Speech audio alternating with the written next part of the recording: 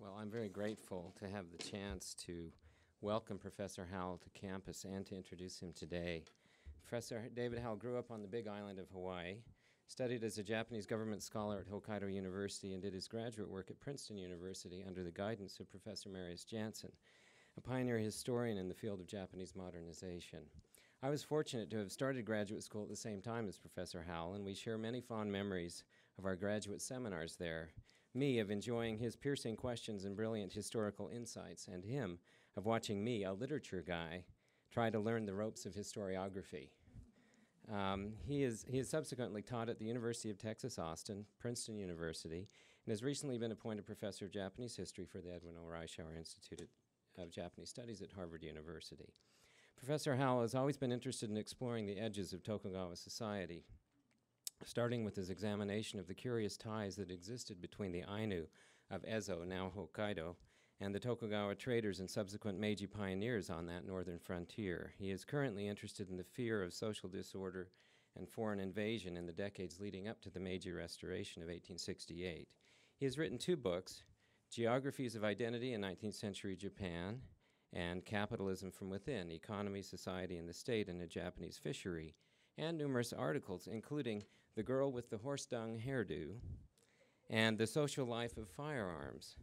Two that, like today's talk, reflect his talent and fondness for a well-crafted title. This afternoon, he will share with us the insights into the vicissitudes of samurai life with his lecture, Mamas Don't Let Your Babies Grow Up to Be Samurai. Please join me in welcoming Professor David Howell.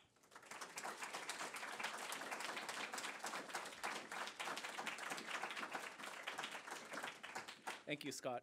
Scott actually fed me the title of one of my very first articles, Hard Times in the Kanto. Thank you for that. I think it started a bad habit for me. Mamas, don't let your babies grow up to be samurai. Wait a second. Who wouldn't want to be a samurai? Imagine if Professor Scabalon were going around the room right now with a sign-up sheet asking each of us, okay, do you want to be a member of the hereditary ruling class, or would you prefer to be a downtrodden dirt farmer? Let's be honest, who wouldn't choose to be a samurai? I know I would. Yet in real life, the choice was not so simple. Although samurai status was indeed coveted by many, there are also good reasons not to be a warrior in Tokugawa Japan, and in the course of my talk today, I'll go over some of them. Along the way, I'll also talk about the surprisingly difficult problem of pinning down the definition of samurai. Who was a real samurai and who was a pretender? My larger purpose in visiting this issue is to consider how the Tokugawa status order maintained its integrity over time. To the extent that samurai status was the linchpin of the entire system, it makes sense to reflect on what held it together and what might have torn it apart. Given the limitations of time, I suppose you'll just have to take my word for it that the status system did in fact hold together, more or less until the Tokugawa regime collapsed in 1868, and indeed for a few years after that. To be sure, it's easy to find evidence of instability, lots of instability, in the overall social order during the last few years of the period. Nevertheless, the basic social structure, with the samurai ruling over commoners, clerics, outcasts, and others, remained firmly in place despite all the turmoil that overwhelmed the country.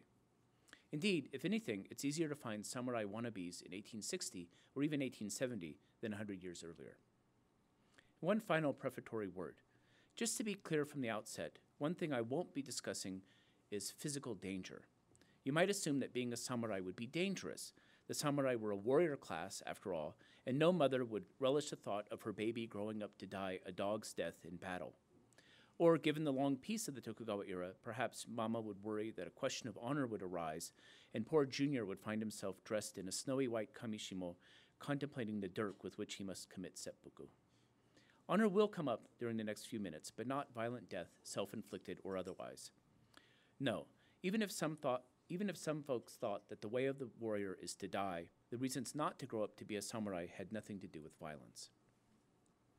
So on to the historical problem I'd like to discuss today. How did samurai status manage to maintain its integrity over the course of the Tokugawa period? Let me start by explaining very briefly what I mean by the Tokugawa status system and the place of the samurai within it. The early modern polity was, in essence, a military regime.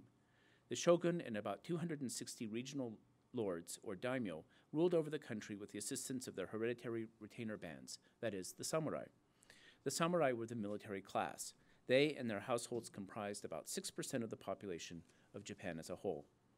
The rest of the population, mostly peasants, but including also townspeople, fishers, and other commoners, as well as Buddhists and Shinto clergy, outcasts, and various other marginal groups, enjoyed a measure of autonomy and the promise of benevolent rule in exchange for the fulfillment of feudal obligations, such as the payment of land taxes or the performance of various labor services.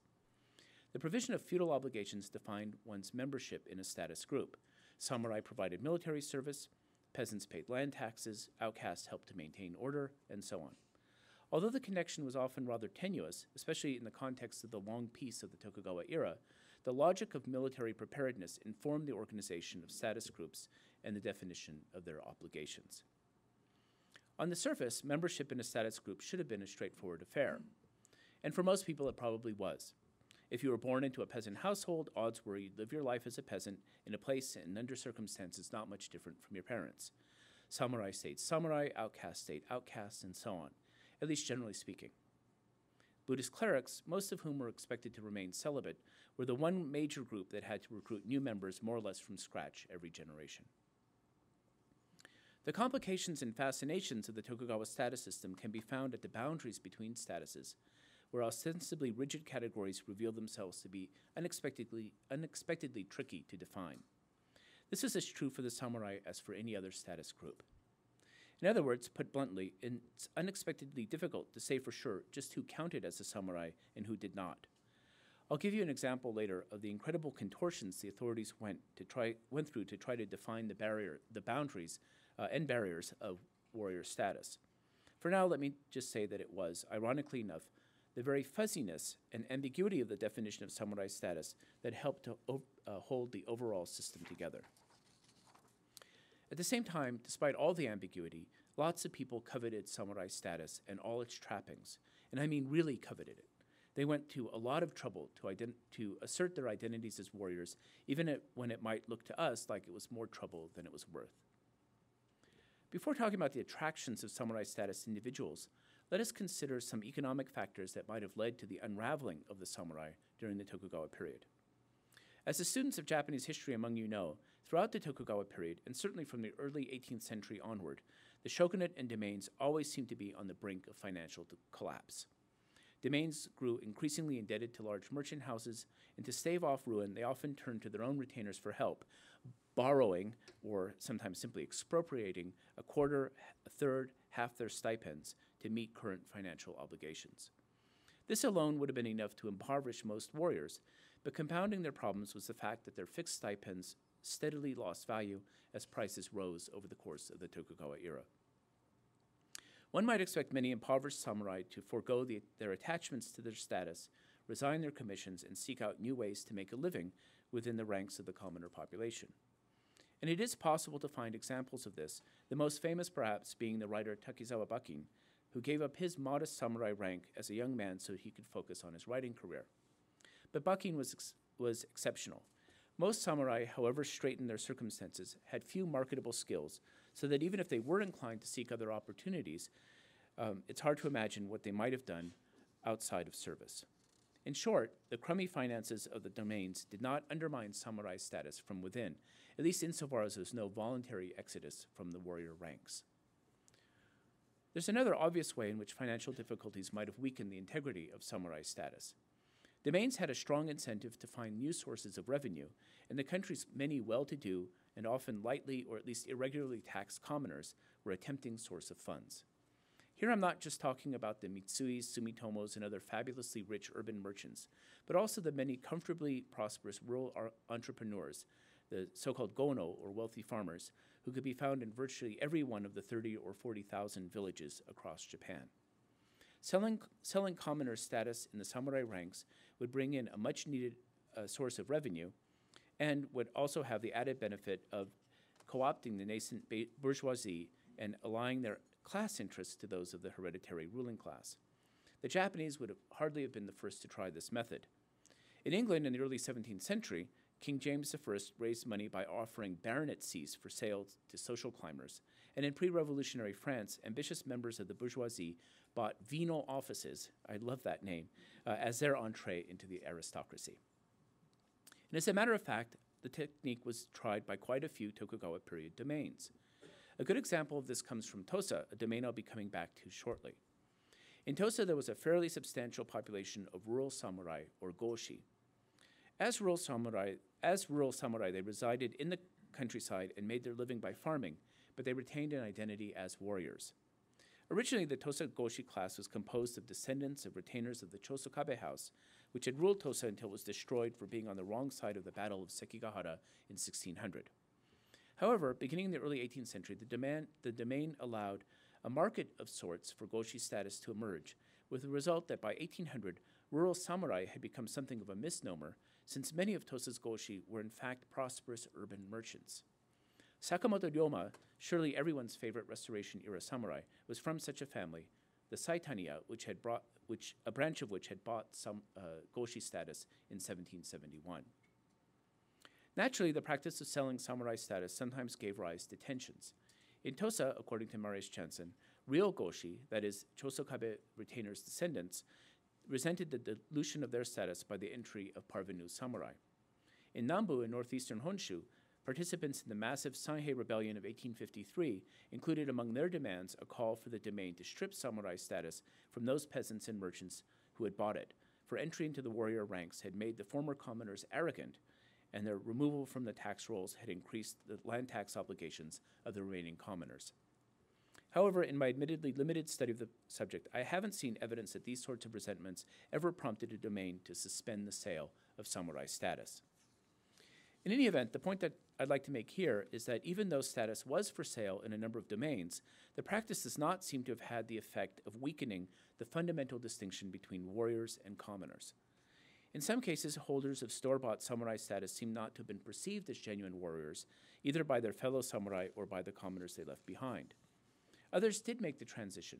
Sakamoto Goma, for one, was secure enough in the samurai status that his forebears had purchased, but their numbers were never great, and at any rate, such men tended to remain in the lowest ranks of the samurai class, where they could not easily disrupt long-standing hierarchies of authority. But enough generalities for now. Let us look at a couple of real people who didn't want their babies to grow up to be samurai. Let me start with the example of Hayashi Hachiemon, the 60-year-old headman of a village in the Kawagoi domain in modern-day Gunma Prefecture.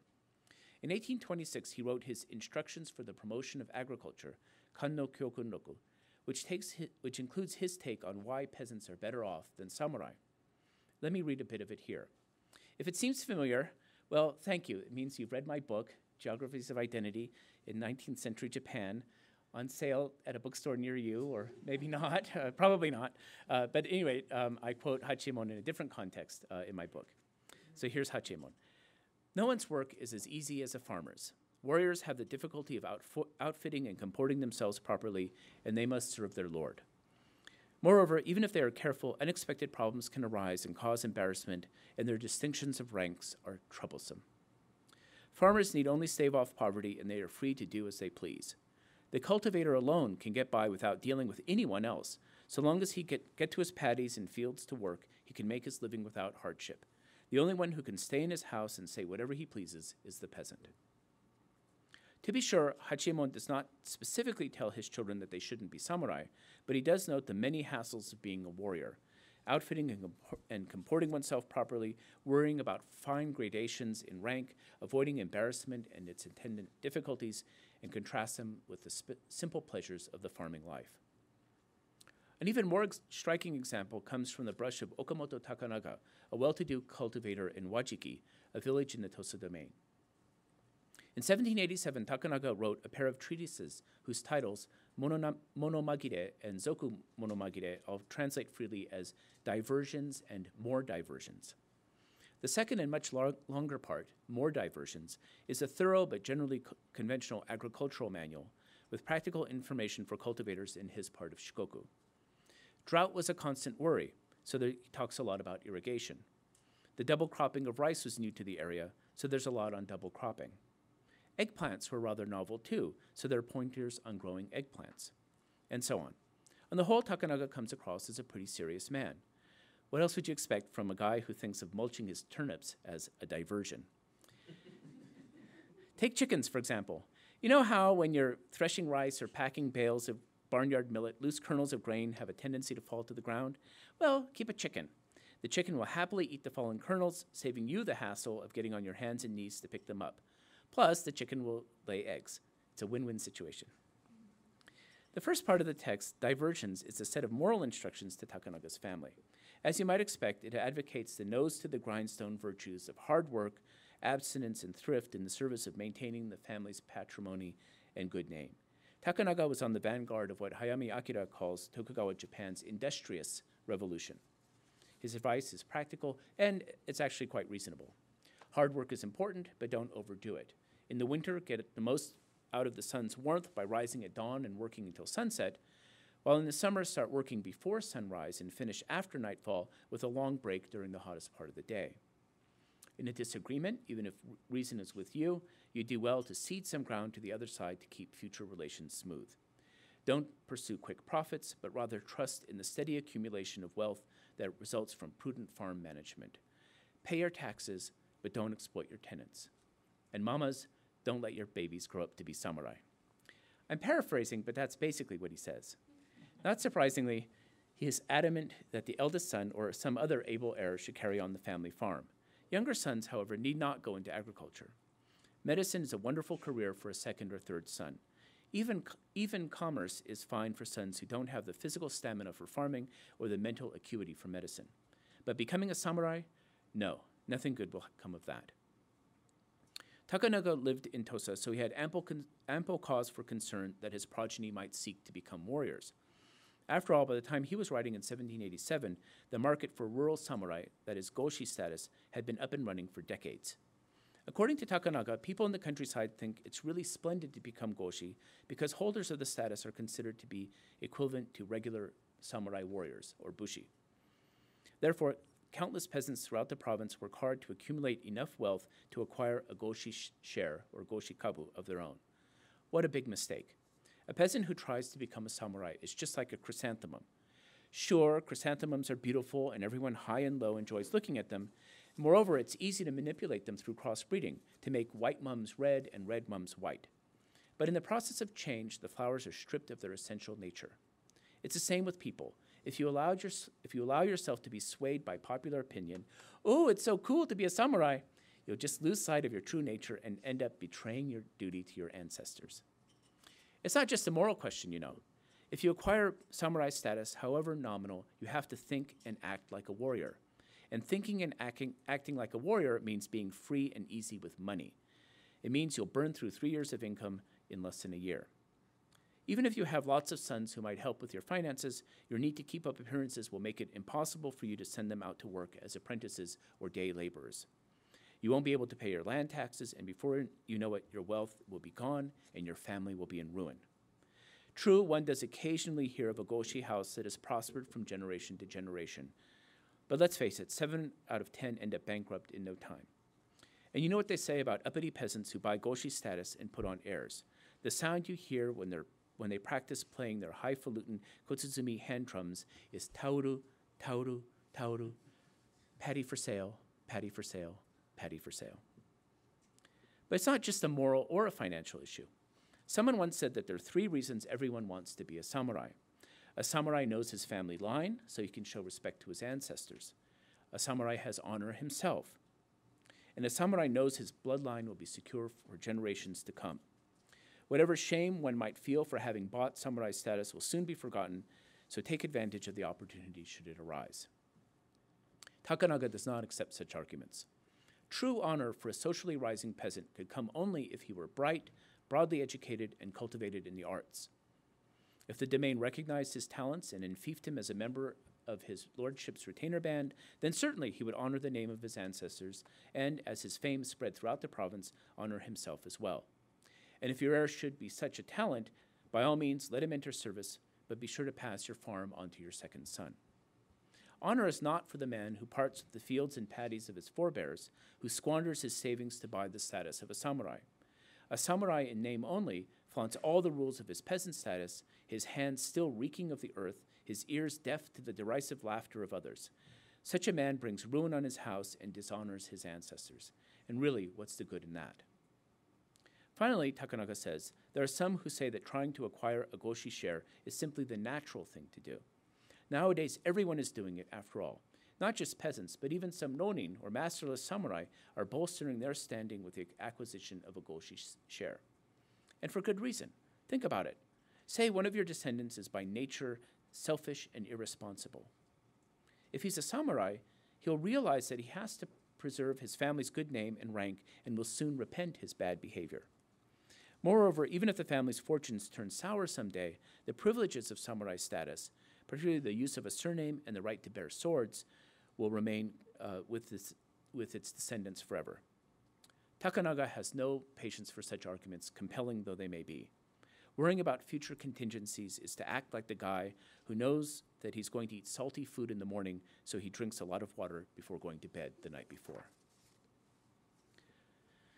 So, did Takanaga's descendants take his good advice? I really, really wish I could say they did, but sadly, no. It appears that somewhere down his family line, someone, in fact, did buy samurai status, for there were Okamotos on the roster of Tosagoshi at the time of the Meiji Restoration. And not only that, but a branch of the family had set itself up as a prosperous merchant house in the castle town of Kochi several generations before Takanaga's time. Known as Tsuchitaneya, they too enjoyed goshi status. In his diversions, Takanaga writes only of goshi or rural samurai status. In fact, however, in Tosa, as in every other domain in Japan, there was another type of liminal samurai status, one that is both iconic and surprisingly hard to pin down. It's so hard to pin down, indeed, that it forces us to question the very definition of what it meant to be a warrior in early modern Japan. I'm referring to the masterless samurai, or ronin. I call the ronin iconic because many of our stock images of Japanese samurai are actually of ronin.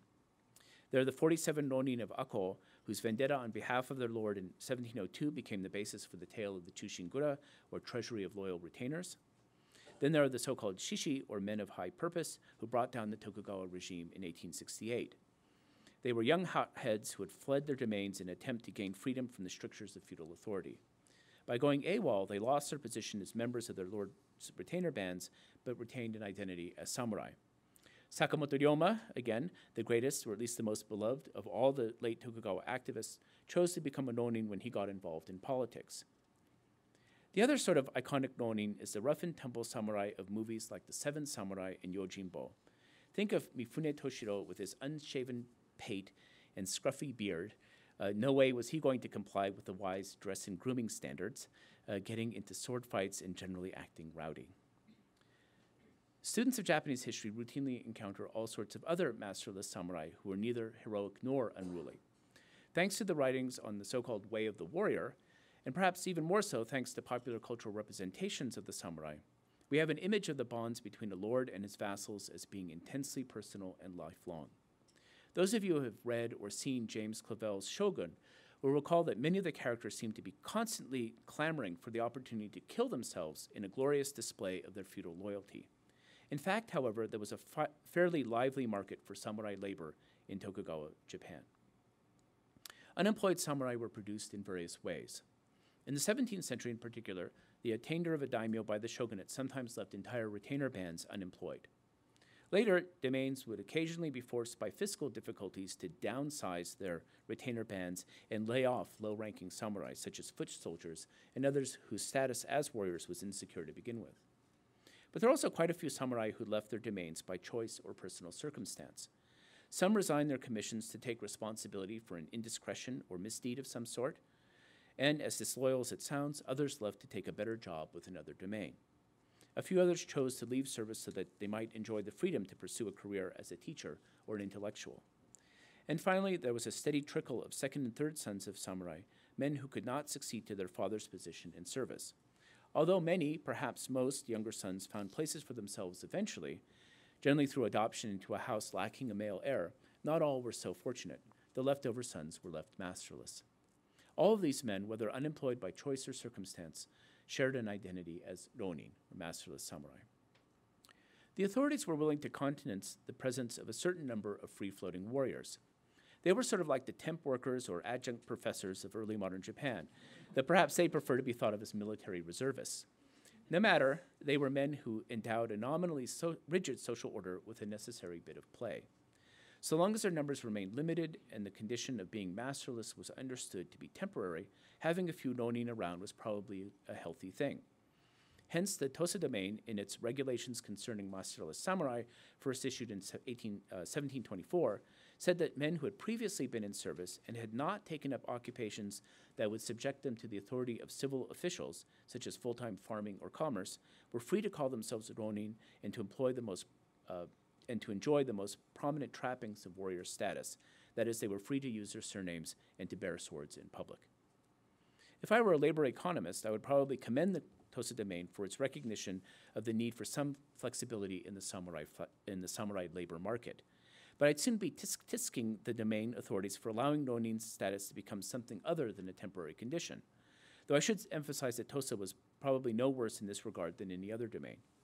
Put simply, if men who bought rural samurai status were, as Okamoto Takanaga saw them, basically peasants deluding themselves into thinking they had somehow risen into the world, many ronin were déclassé warriors who clung to the vestiges of their status. Or even worse, peasants who deluded themselves into thinking that they were déclassé warriors clinging to the vestiges of their status. The Tosa authorities were aware of the problem. The regulations concerning masterless samurai made a point of expressly forbidding those samurai who had taken up commoner occupations to call themselves ronin, and it called on rural officials to keep an eye out for imposter ronin. But even here, the domain seems to have been of two minds about the issue. Farming was, without question, a commoner occupation. Samurai who settled down to a life of tilling the soil ought to have been stripped of their warrior status post-haste. However, the domain inserted a loophole in its own regulations, stating that it was all right for ronin to cultivate land for their own personal use. That sounds reasonable enough. Picture an unemployed samurai growing a few cucumbers and radishes in his backyard garden, maybe just enough to make some pickles to eat with a simple meal of rice and miso soup. But in fact, however, some ronin had established themselves as major landholders. A survey done in 1698 identified 406 ronin households in the domain, of which 158, or about 36%, owned farmland.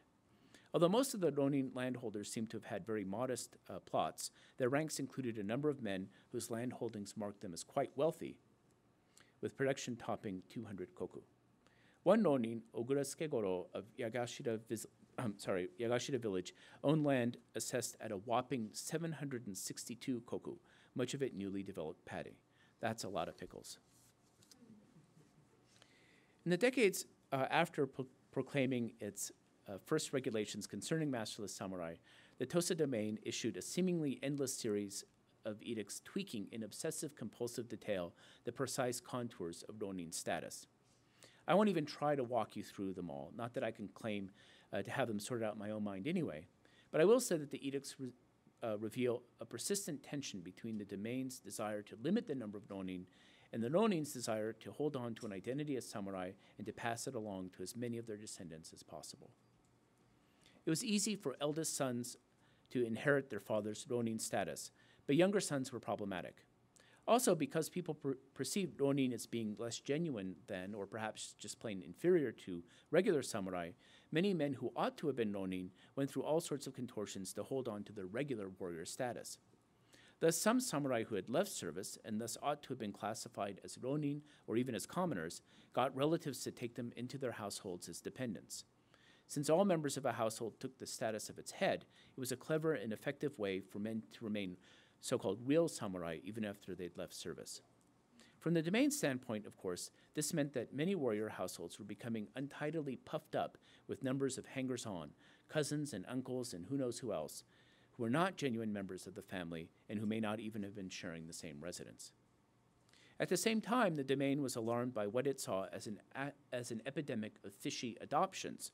That is, when samurai households adopted heirs who were not blood relations of theirs. Now, it's entirely possible that many of these adoptions were of samurai of various sorts, younger sons of ronin or even of active duty warriors. However, it's also the case that aside from the outright purchase of a goshi share, the one surefire way for a social climbing commoner to acquire samurai status, if not for himself, then for one of his sons, was through adoption into a warrior household. I cannot say how common it was in Tosa or in any other domain, but the authorities were without a doubt eager to control the practice, if for no other reason than because the money that surely changed hands during such adoptions stayed with the principals rather than going into domain coffers. In 1826, the domain tried to cut through all the accrued confusion and sort things out once and for all. Okay, no more adopting heirs who aren't related by blood.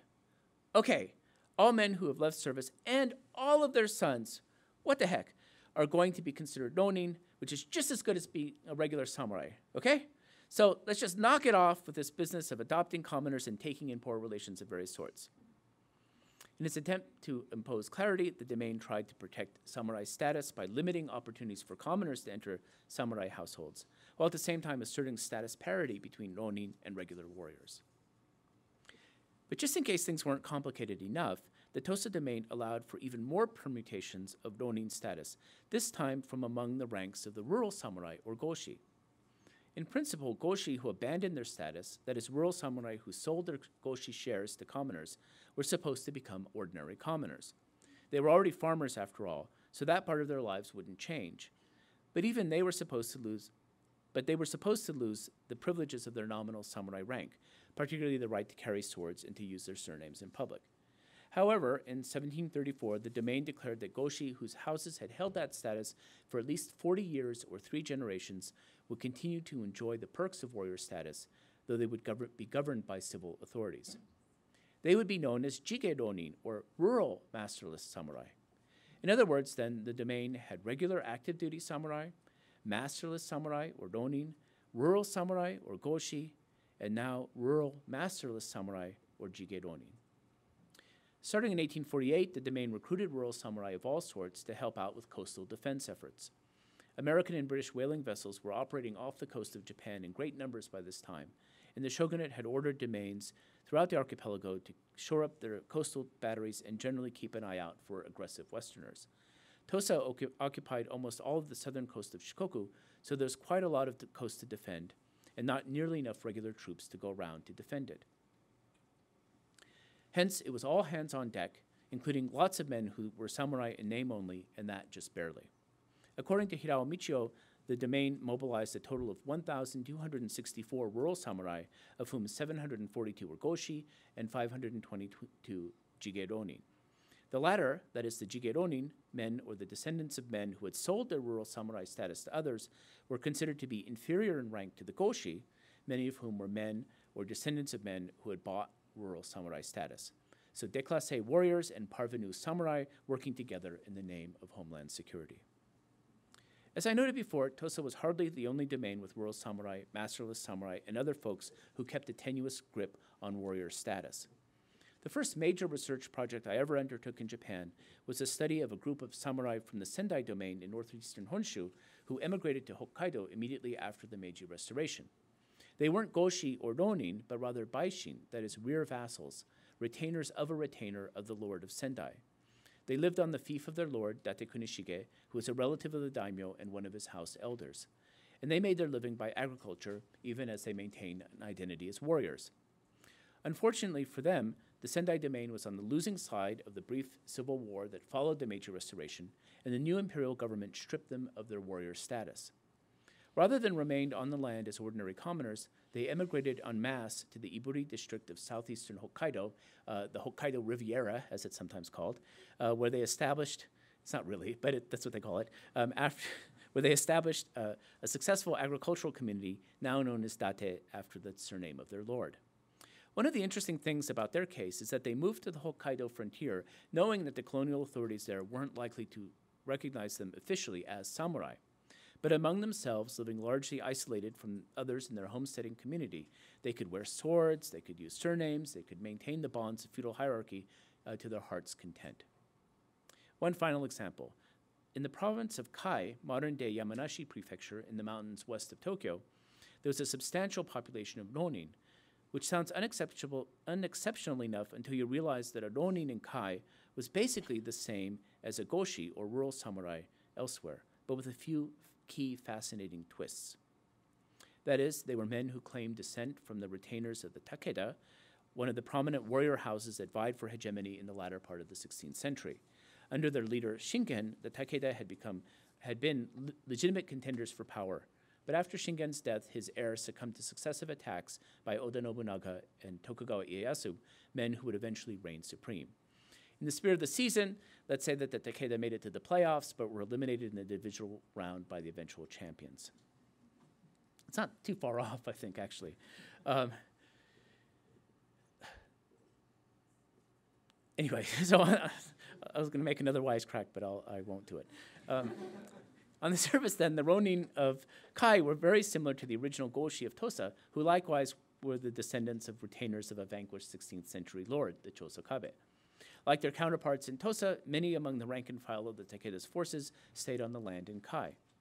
But as I said, there were some twists to the story. First, the authorities, and Kai lay in the shogun's personal domain, by the way, tolerated but never formally acknowledged the Ronin's claim to rural samurai status. That is, they did not distribute licenses to the men or compile rosters of Ronin, nor did they impose even nominal warrior duties on them. However, they did not squawk at the men's sword-bearing and surname use, and they allowed the Ronin to pass the title and all its accompanying pretensions of status down from one generation to the next. The second and more intriguing twist is that, in contrast to the Goshi of Tosa and many other similar domains, who were recognized as such early in the 17th century, the Ronin of Kai didn't even exist until the second quarter of the 18th century, when two groups of households began to assert that identity. One group was composed of actual descendants of Takeda warriors who had settled down to become relatively well-to-do peasants.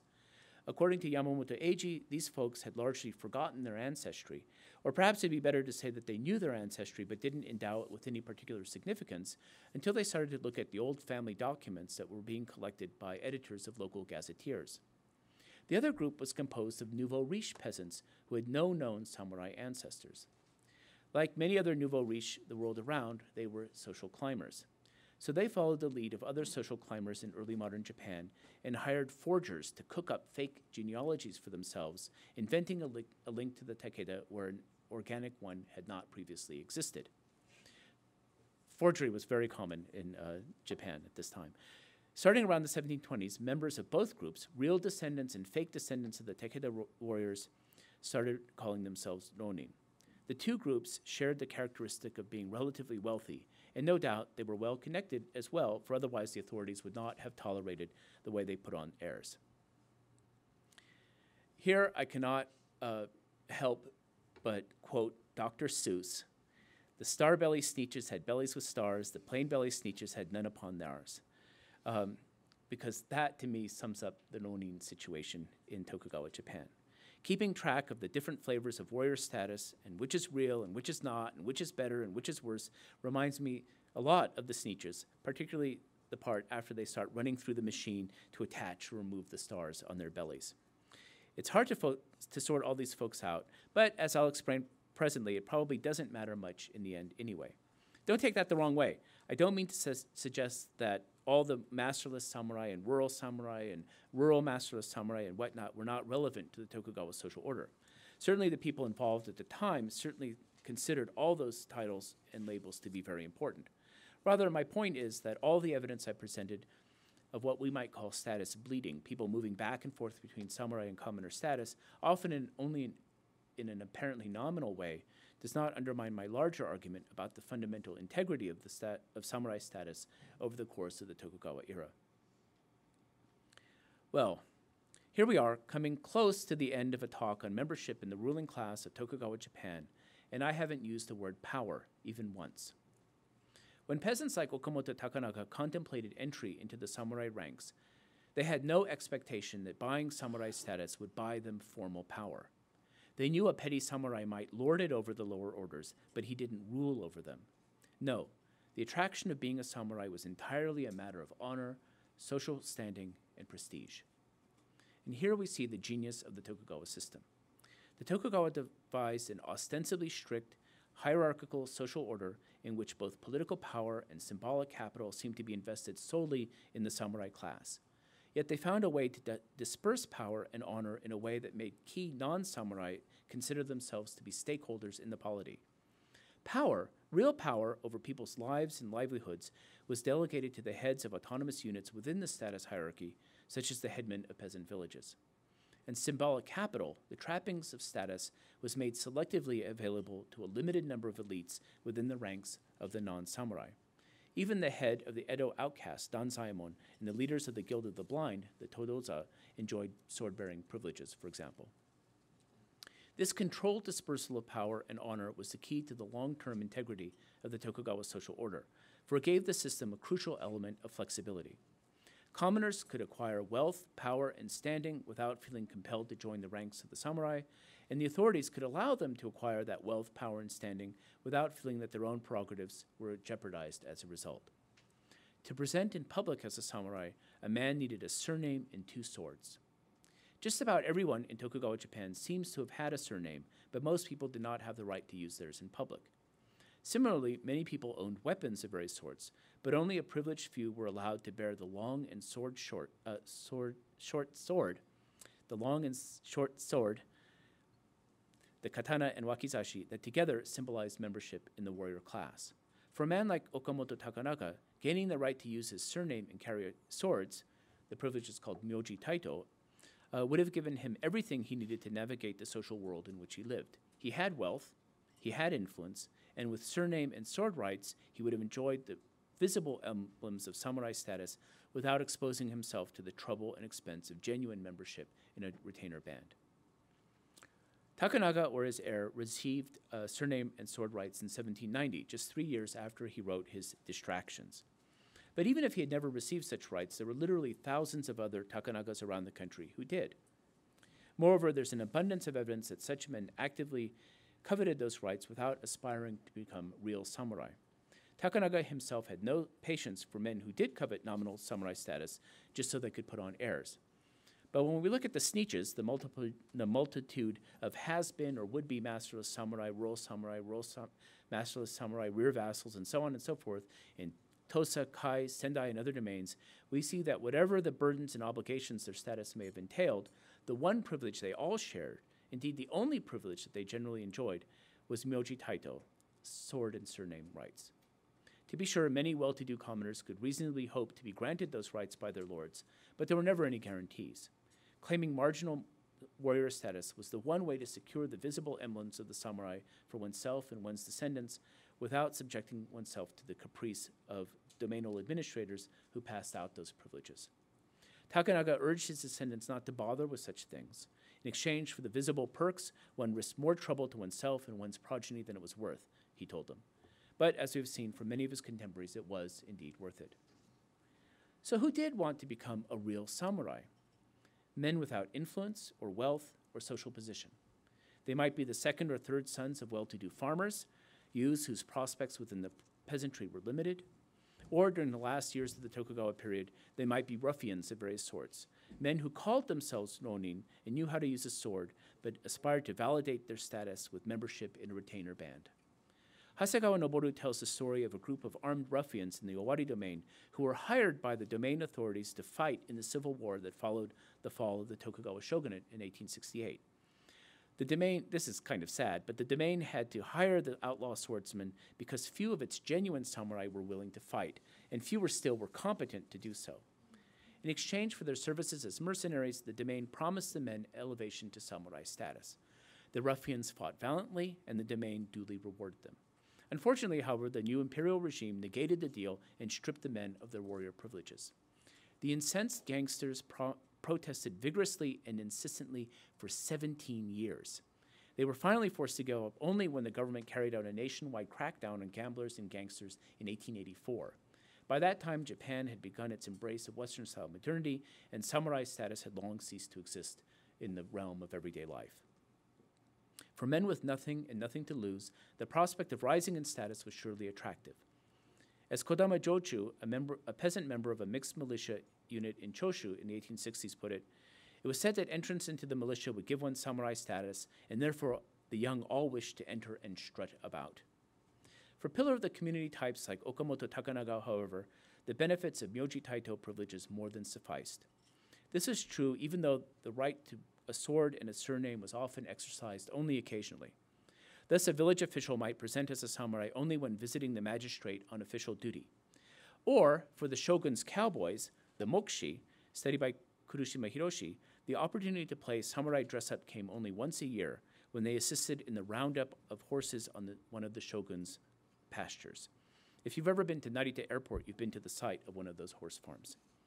Peasants near the horse farms longed to become mokushi, or samurai cowboys, for the samurai merit badge they wore differentiated them from the rest of the community without forcing them to alter their lifestyles. It was the best of both worlds. Yes, indeed, it was the best of both worlds. So let us close with the image of the mokushi in mind.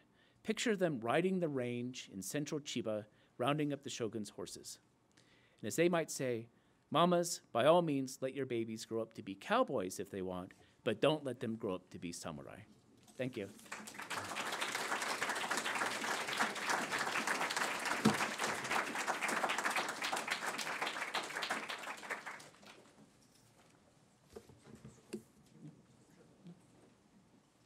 Some of you will have to leave, but if you want, we have a few minutes for questions. Just please wait for the microphone and tell us your name and what you're studying.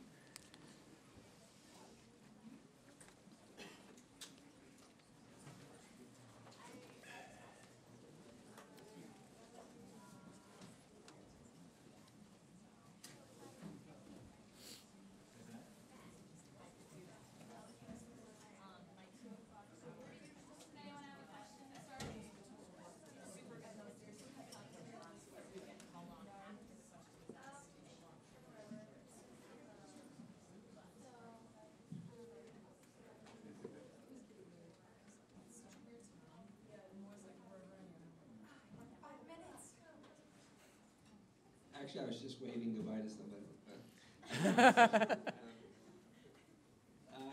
One thing that came to mind is this resentment that you spoke of. This resentment of, samurai who were actually samurai against those who had bought or acquired the status somehow. Did that sort of resentment in some way, how important was that in fueling, the movement toward the Meiji Restoration? So connecting it to the big epical event of 19th century Japan. How is there some sort of relationship between the two? Yeah, I think I wouldn't want to push it too hard, but I recently reread Marius Janssen's Sakamoto Goma and the Meiji Restoration, and a theme that runs throughout much of that book is a kind of tension between goshi, rural samurai like Sakamoto Goma, who maybe because their status was so tenuous, felt very self-conscious about the status, and then some of his colleagues who were peasants but were from sort of peasant headman households. So ironically, I had men who actually had quite a bit of wealth and power and influence, who also felt a kind of responsibility. And so there's, although they worked together, there seems to have been a kind of tension or rivalry there, that the goshi wanted to prove themselves as being worthy of being real samurai, and the headmen or the sons of headmen wanted to prove themselves to be real leaders of their communities, men who really had literally their hand on the pulse of local society. And so to the extent that that kind of status anxiety may have motivated some of them, I think there was something there. Years ago, I know you know this book, Thomas Huber wrote The Revolutionary Origins of Modern Japan, I think the title was, where he talks about the service intelligentsia, these low-ranking samurai, and tries to build a whole argument that this was the driving force. I think that would be going too far. But certainly when the political turmoil of the 50s and early 60s came up, many men of sort of tenuous status, the kind of the wannabes and the not quites, certainly saw the opportunity to get involved. And that, I think that opportunity, more than lingering class resentments, is probably what drove them.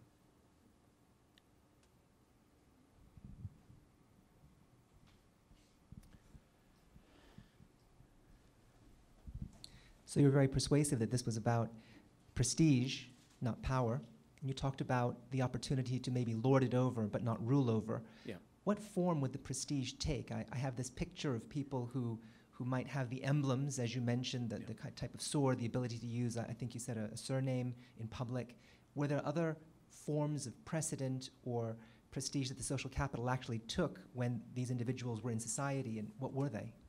Yeah, I think one thing at a kind of general level, that by being able to present oneself as a samurai in society, then one could gain entree into certain kinds of social interactions with other real samurai.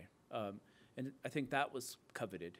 But I think my impression is that mostly it was the emblems as emblems, the kind of social climbing. I think we all succumb to it at some points, these emblems of social standing relative to other members of their communities, that I get to wear a sword and use my surname, but you, my neighbor, who basically lives the same kind of life that I do, don't, and therefore I can put on airs against you. I think that seems to have been the main attraction, rather than any kind of pretense to a genuine transformation.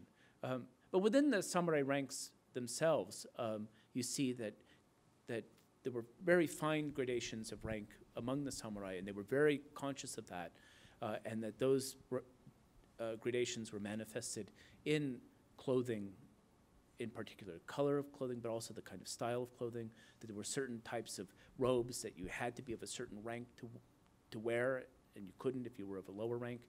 This morning, Professor Miller showed me some items held in the library, including one of them was a kind of guidebook to different types of military armor. It was a military protocol manual.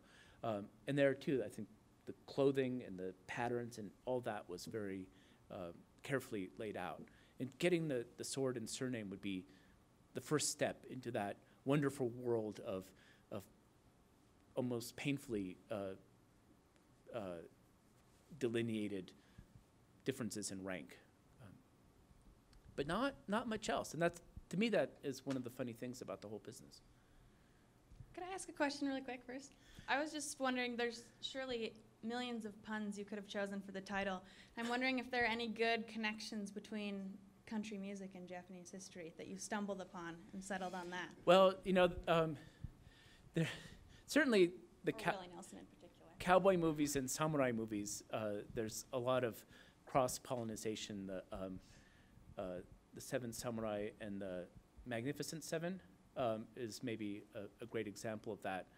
And so music per se, I'm not quite sure about. I thought I was pushing it a little bit to come up with this title, but I couldn't resist.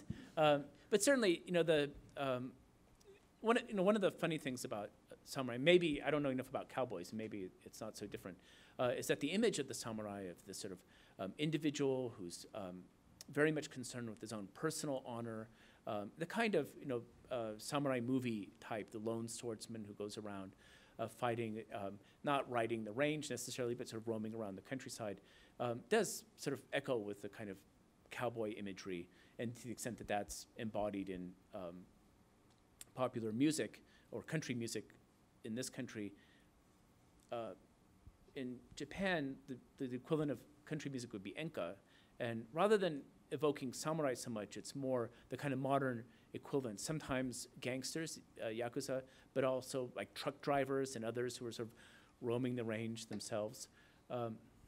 So I think that kind of imagery is very similar. But of course, the reality of being a real workaday samurai in Japan in the Tokugawa period was that you were going to be a clerk somewhere, probably, not fighting with your sword, not roaming around, but showing up to work, filling out the ledgers, keeping track of the samurai, of the daimyo's soybeans. The Twilight Samurai movie that came out a few years ago it does have a nice climactic sword fight, but the workaday world of the samurai in that movie is probably a lot closer and a lot less romantic and music-worthy than the image.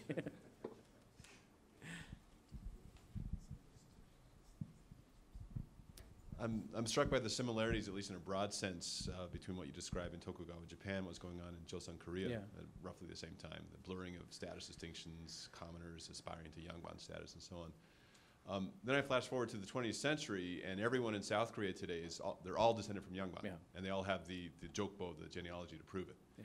And so I'm curious what the sort of the contemporary legacies of this blurring of social distinctions is viewed in Japan. Are everyone now descendants of samurai? Are they aware of these different gradations, or is it all sort of blurred together? Yeah, How does it play out today? that's a very interesting question, because my former colleague at Princeton, Joy Kim, said that that 97% of South Koreans say that they're descended from Yangban, which the math just doesn't sustain that. I don't know if anyone's ever done such a survey in Japan, but I bet if they did, the numbers would be much lower. Probably higher than 6% or whatever, but I never have gotten the sense that people, that kind of the wannabe spirit has survived into the modern era quite so much. Though I'm not quite sure why that might be the case. On the question of the fine gradations, I'm not quite sure, since the folks I talk to are all specialists and they all know about this. But I bet most people don't really know or don't think about it. In some places like Kochi Prefecture, former Tosa, or Kagoshima Prefecture, where there are lots and lots of rural samurai, people are probably much more aware of that. But the sort of ordinary people have an image of the samurai that is product of movies and whatnot, and probably don't have too much of a sense. I'm guessing. Should look into it, though. All right, should we call it there? Any last burning questions? All right, Okay. thank you very much. Thank you very much. Yeah.